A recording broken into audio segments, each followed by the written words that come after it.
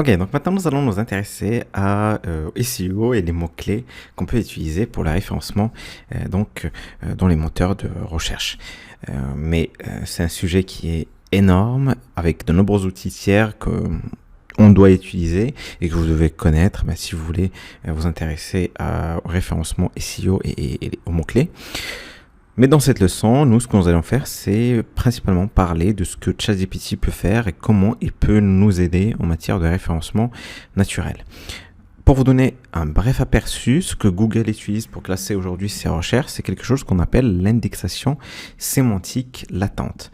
En quoi ça consiste? C'est tout simplement, déjà pour vous donner un petit peu de contexte, autrefois, vous pouviez tout simplement remplir vos articles de blog avec des mots-clés. Par exemple, si vous parliez de skateboard, par exemple, vous allez juste répéter le mot-clé skateboard dans votre article énormément de fois et comme ça, Google va propulser votre page en tête des classements. Maintenant, c'est plus le cas.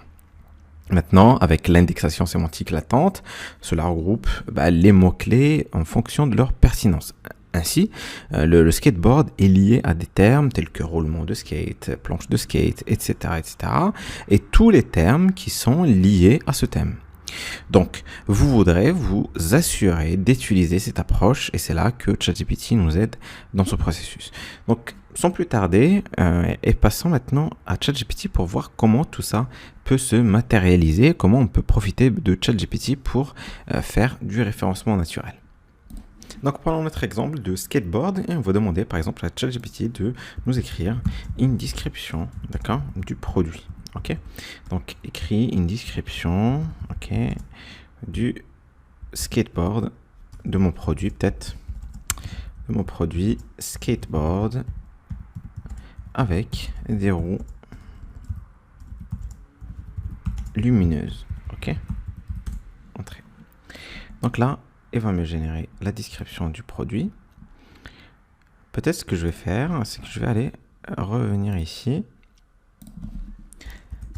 Et je vais rajouter une contrainte. Ma description ne doit pas dépasser 100 mots. Ok. Hop. Je vais envoyer ça. Voilà. Donc là, il m'a généré ma description. En deuxième étape, je vais lui demander les mots-clés qui sont susceptibles de me ramener du trafic sur mon site web. Donc, donne-moi 20 mots-clés avec un grand volume de trafic pour mon produit. Ok. Skateboard lumineux, roue lumineuse, etc., etc.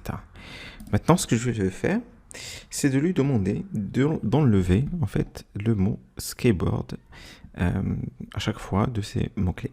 D'accord? Parce qu'on avait dit que l'idée c'est d'enlever en fait et de ne pas répéter à chaque fois les mots-clés skateboard énormément de fois parce que maintenant Google en fait il se base sur autre chose pour référencer les articles. Donc je vais lui demander tout simplement enlève le mot skateboard des mots clés générés. Ok. Donc là, il va m'enlever. Voilà. Et maintenant, j'ai les mots clés sans le mot skateboard. Donc maintenant, ce que je lui ai demandé de faire, c'est inclure tous ces mots clés dans ma description du produit. Voilà. Et donc là, on va avoir une description de produit qui inclut à la fois les mots-clés que j'ai ici, mais également qui répond à ma contrainte qui est donc ne pas dépasser 100 mots et qui fait aussi description du produit que je pourrais tout à fait copier et coller dans mon site internet. Je peux aussi travailler un petit peu plus mon site internet que je vais utiliser pour vendre ce produit en lui demandant de me propose des idées, voilà, des idées d'articles pour alimenter mon site e-commerce. Ok. mon site e-commerce de skateboard, ok, pour être plus précis.